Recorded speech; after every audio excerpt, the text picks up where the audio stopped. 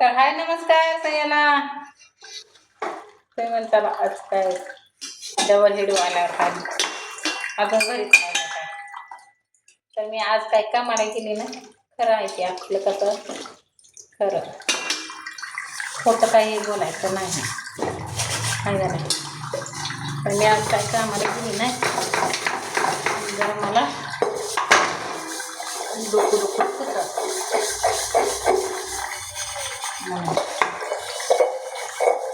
सकाळचं ताईला ती बोलली पंढरपूरच्या आपली नाती जोडलेली आहे ना त्यांना ती बोलली कोणाला का साऱ्या कॉलवर काय बोलली व्हिडिओ कॉलवर काय बोलली झालं माझं टेन्शन गेलं आणि आता मग घ्यावं झाडून काढली ते जास्त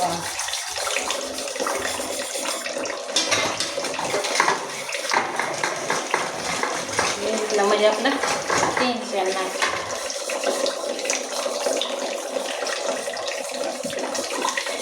एक तुला घरात करमत नाही आता वाटायला लागलं का कामाला गेले असतं तर बरं झालं असतं.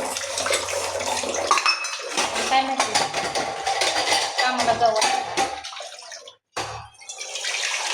एक एक दिवस असा उदास बसलो तर मी काय तसं सकाळी जर म्हणत होती की मला आज बेकार दिवस जाणार बरं का मला कसं स्वप्न पडलं होतं. कारण का स्वप्न पण आज म्हणजे पहिल्यांदाच मला पडलंय तसलं बेकार. तर मी त्यांना उठलं म्हणलं की आज काय मला बेकार दिवस जाणार आहे. माझं कशावर मन बी लागलं नाही आणि चित्त पण लागलं नाही कामात कसं धंद्यात काय नाही. त्यांना सकाळी थोडा डबा करून दिला पैसे काढून आणलं पैसे पाठवलं तर काय तर त्या बोलल्या त्यांना वाटतंय की परिस्थिती आहे त्यांची घेतात त्यांच्या नाही त्यांचं बी काय चुकत नाही ते मला काय राग घालत नाही. पण असं वाटलं एवढं ते एक व्हिडिओमध्ये त्यांनी म्हणायचं नव्हतं काय झालं रात्री म्हणले जाऊ द्या मग द्या काय असतं मग मी केला फोन भाव त्याने पण दिला असतं तिकडं गाडीवरून जाऊन 15 दिवसांनी आला परत पडला आजारी पडल्यावर मग त्याला केला दवाखान्यांना आता आज गेला अजून कामाला आणि त्याला म्हणलं पाठवा माझ्याकडे असतं की मग दिला असतं रात्रायला पैसे पण बघू म्हणलाय ते संध्याकाळपर्यंत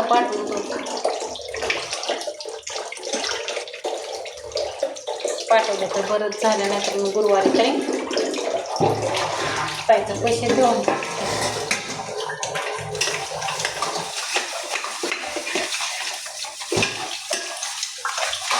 मला ताई गावाकडे म्हणले असते का नाही मी दिलं असतं पण मला वाटलं की भाऊ बी मग मी त्याच्यावर बसले ताई आज मला आता व्हिडिओमध्ये आणलं नाही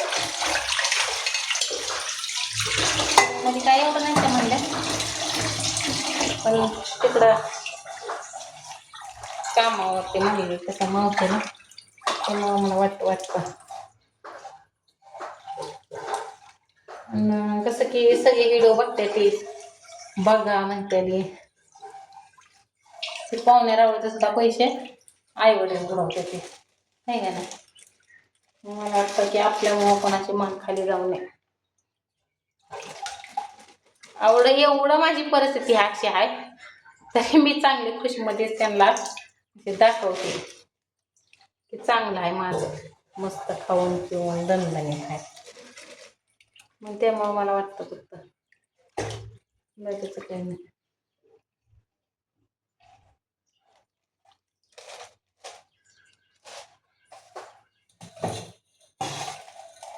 काय नाही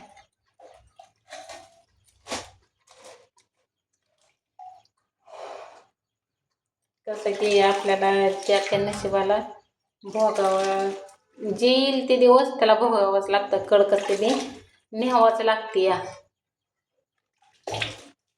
बाकीचं काय नाही. तर तो आणि दाखवते मी घरचे धुतल्याला. घरचे धुतले, पाणीच जाय नाही कसलीच. झालं बघा आपलं ओके. निरमा बिरमा टाकून चांगलं घसा घसा चोळलं, धुतलं चांगलं, पाणी बाहेर लावलं. मला वाटलं कोण येते ते काय खवळ देते काय पाणी खाली जाते म्हणून तिकडे त्यांच्या दारात नाही. पण सुकलं पाणी बी घर वाळूसर. तर असं किचन विचन धुवून ओके मध्ये. तर आता बल बंद करते. व्हिडिओ काढायसाठी मी बल लावला होता आहे का नाही. तर आता एकटंच बसावं लागतंय. कसं की निर्मळ केलं म्हणजे बाहेर वाटतं, दुसरं काय नाही.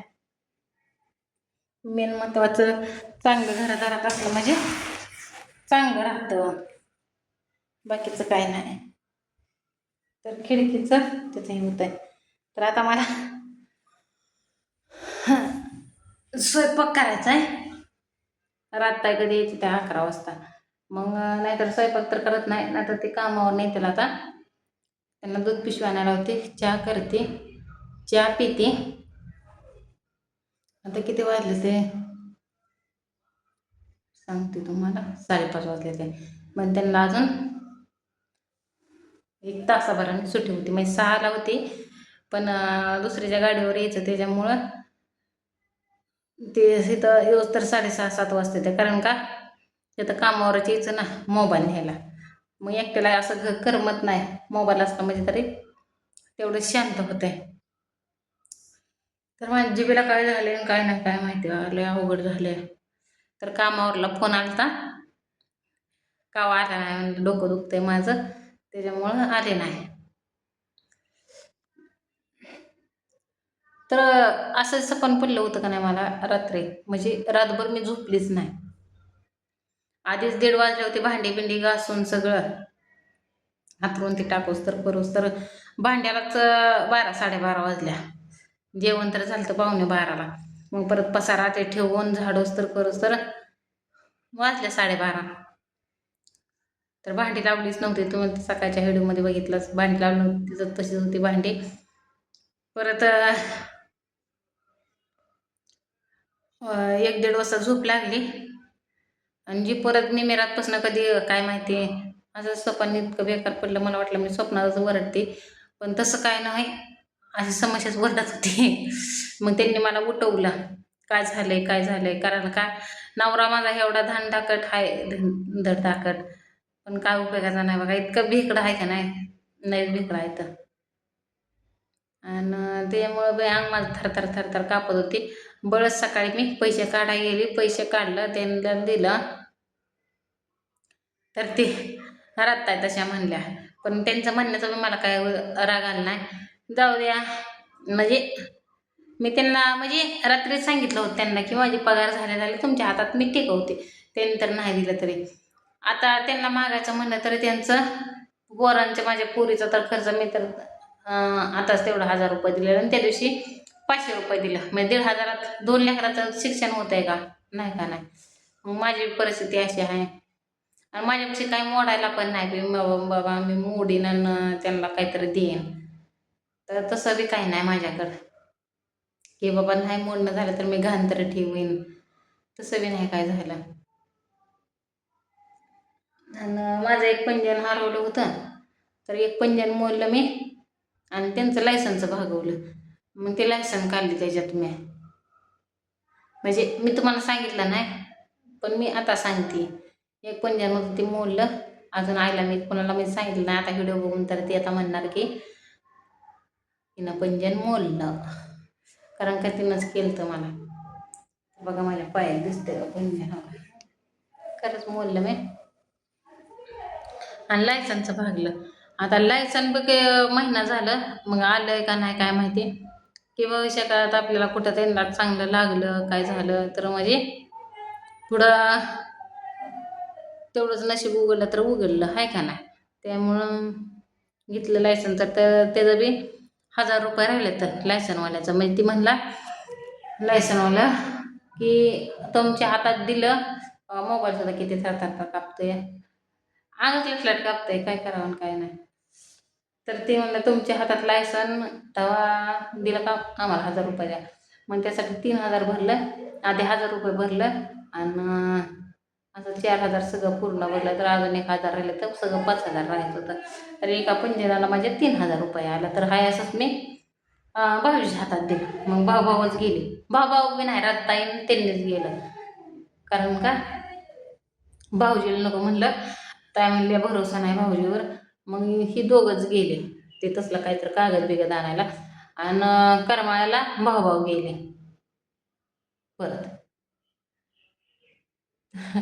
मी जेवढी माझी परिस्थिती आहे का नाही तेवढं सांगते, त्याच्यामुळे मला लई टेन्शन येतं या. पण जाऊ दे आता. भाऊ मी 3 बऱ्या तर झालं भावाला फोन करायचा.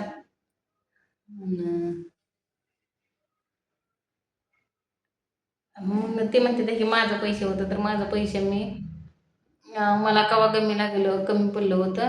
मी ज्यावेळेस पुरीला सोडा गेली का तिकडं आईकडं, म्हणजे असंच गेलते 8 दिवस, 2-4 दिवस गेलते का नाही, तेव्हा मला वडिलांनी 5000 दिलता. तर 5000 मी अं, म्हणजे असं काहीतरी करायला गेलं माझं 5000 ते. नाही का मसाला ते केलेला मी का त्याच्यात, म्हणजे कशाला तर असंच 5000 माझं आतापर्यंत मला पोहोचलं. मग इथं आल्यावर बी त्यांनी माझ्याकडं त्या 5000तलंच माझ्याकडं मी इथं पसारात आणला. पसारा आणल्यावर मग मी म्हणलं माझ्याकडं राहू द्या म्हणलं, तुम्ही द्या 2000, मी देते 1500. मी दिला ₹1000. असं 3000 भाडं होतं ना ते पसारा आणलेलाचं.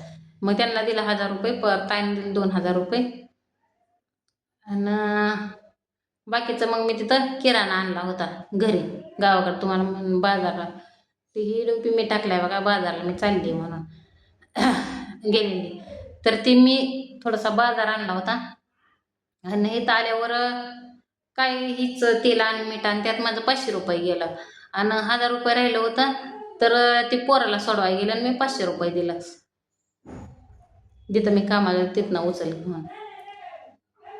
त्यामुळे माझ्याकडं खरंच मी सांगते, माझ्याकडे रुपये सुद्धा नाही. आता सकाळी लाडक्या बहिणीचं आलेलं, म्हणजे आता ते 3 बार सांगू नये, पण ते ₹1000 तिकडे पाठवलं. आता ₹500 राहिला. तर तिथं धाकला आणायला भाऊ मगाशी गेला. तिथं म्हणला माझं पैसे सुटल्यानंतर मला ₹200 पाठव. झालं त्या 500तलं 200 गेलं, ₹300 राहिलं खाली. अशी माझी परिस्थिती आहे.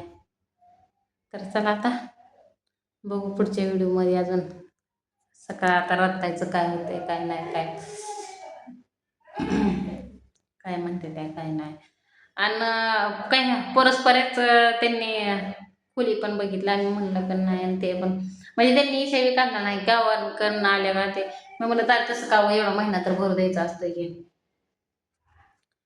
तर ते म्हणल्या की भाऊजी म्हणले ते तू जेव्हा खोली बघशील तेव्हा मी येईन. तर आता खोली बी बघितली 3 दिवस झालं, भाऊजी बी काय आलं नाही. तर आणि ह्या घराचं भाडं तर मीच देणार आहे. माझी किती परिस्थिती चांगली असू द्या नाही तर वाईट असू द्या, मी काय बी करून ह्या घराचं भाडं मीच देणार आहे. चला आता